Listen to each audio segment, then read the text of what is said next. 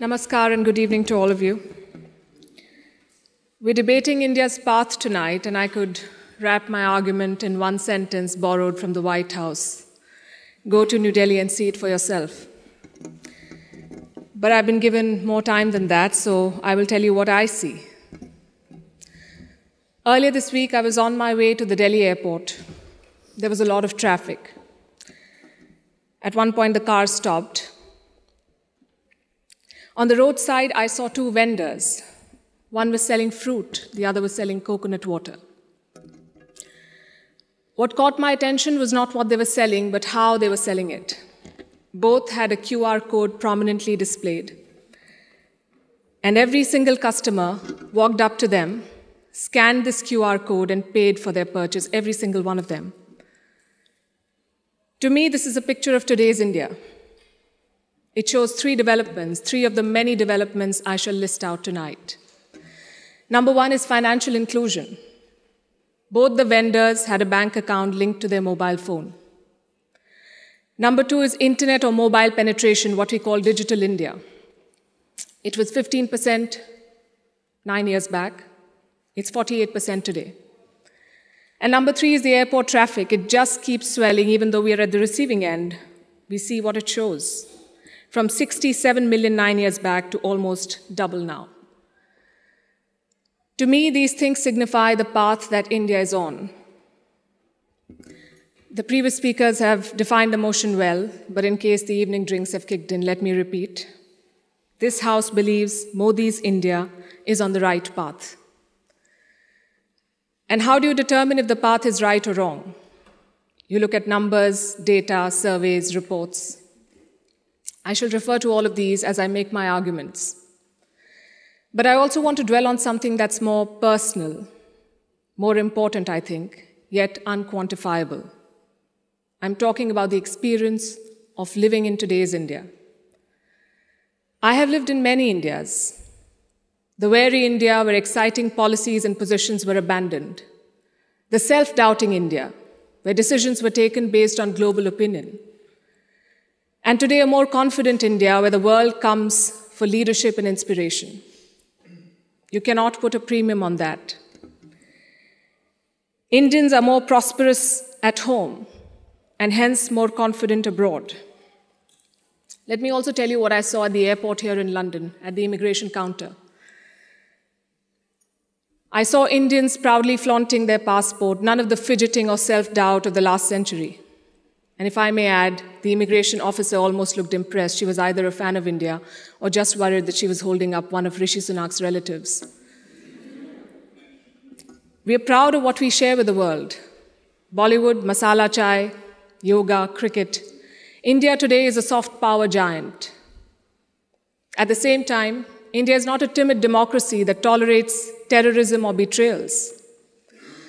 When Pakistani terrorists attacked Kashmir's Pulwama, India carried out surgical strikes on Balakot. Today's India is not a pushover country. It's a world power, denied. Today, invasions and colonialism are part of our history, not our identity. We are shaped by years of subjugation, not defined by them. We are excited about our global responsibilities, not wary of them. This change in confidence comes from growth at home. Which brings me to the numbers. I'll start with India's welfare state system and how it has fared in the past decade.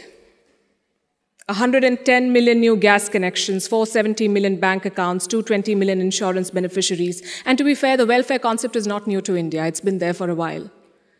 What's new is the approach. It's not just about putting more money in the pocket, it's about empowering people, and the result, once again, the evidence shows in the numbers.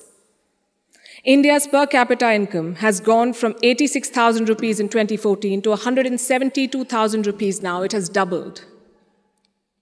And a big reason for that is the falling inflation, from more than 8% 9 years back to less than 6% today. And this, ladies and gentlemen, is in the middle of a global cost of living crisis. Foreign direct investment is at its highest level. Foreign trade is at its highest level. The growth mantra is connectivity. And I don't have to tell the British that. First thing you did in your colonies was build roads and railways. Our growth story has been about two Indias: the urban India, the bustling urban India, and a sluggish rural India. Today, we are trying to connect the two. We are building more than 38 kilometers of highway every day, which is 50% more than what it was 7 years ago. The number of airports has doubled since 2014. The total capacity at seaports has doubled. This connectivity is what is driving India forward. You mentioned GST. Our constitution calls India a union of all states, which is a great tribute to our diversity. But it also meant 28 different state economies, different taxes, different trade practices. This government tried to unify it to create a single Indian market.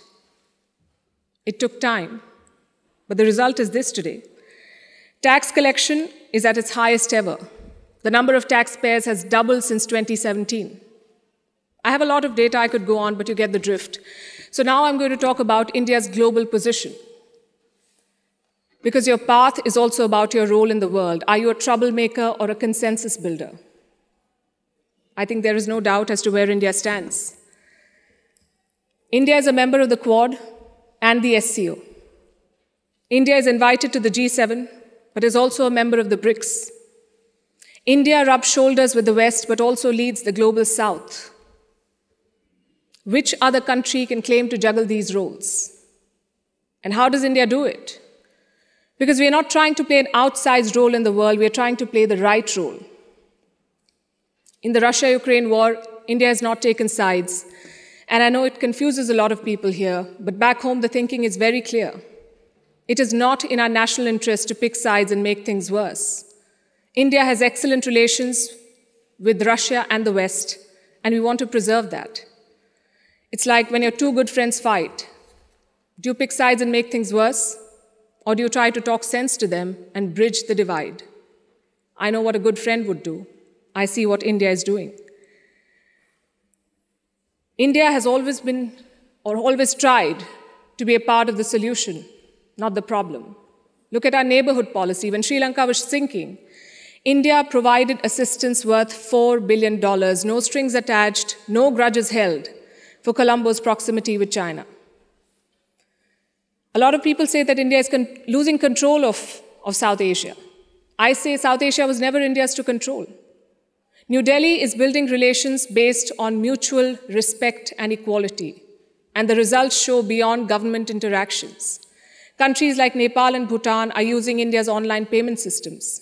Students from the neighborhood come to India for training, grants, and scholarships. This government has aced what we call Buddhist diplomacy. It is leveraging India's position as a cradle of Buddhism. All these initiatives have made India popular. The world stands with us against Chinese expansionism. The global South looks up to us for leadership. The global North looks up to us for partnership. I think that's the hallmark of great diplomacy and statecraft, when you're loved and respected in all quarters. More importantly, when you're trusted in all quarters. India repaid that trust during the COVID-19 pandemic. When the world forgot about morals and globalization, India sent 24 crore vaccines to 100 countries. And you saw the result of that in Papua New Guinea. When Prime Minister Modi landed there, their Prime Minister touched his feet. This was not a personal gesture to a leader. This was a vote of thanks to the entire country. Let's talk about domestic affairs. Kashmir was brought up. This government abrogated Article 370. Today, Kashmir's economy is doing much better. 1.8 crore tourists visited the valley in the last year. That's the highest ever in Indian history, 1.8 crore. Kashmir is getting its first ever foreign direct investment, and that too from a company in the UAE. But since this is Kashmir, let's not limit ourselves to finances. Let's talk about security. Terror attacks in the valley have almost halved in the last few years. The numbers are staring in your face. Security is better, economy is better, Kashmir is better. Plus, we have corrected a historical wrong imposed on India. Let me also address something else that was raised by the opposite side, and that is religious intolerance. It's easy to quote anecdotal evidence and paint an entire country as intolerant. But random elements and sporadic incidents do not speak for India or its leadership or its government. Only policies do, and I'll tell you about those policies.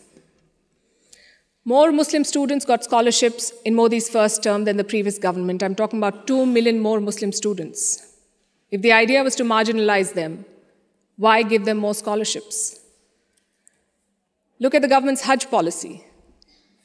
Prime Minister Modi held personal talks with the Saudi regime to increase India's Hajj quota.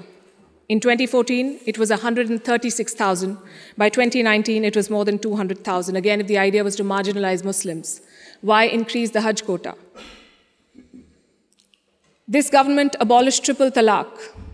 Would you call it reform or repression? Let me also tell you what a Pew study found in 2021. It runs counter to every argument that will be made here tonight. It found that 89% of all Muslims and Christians in India say they're free to practice their religion. I'll repeat, 89% of all surveyed Muslims and Christians, but no, let's build on perceptions and anecdotes, not on facts.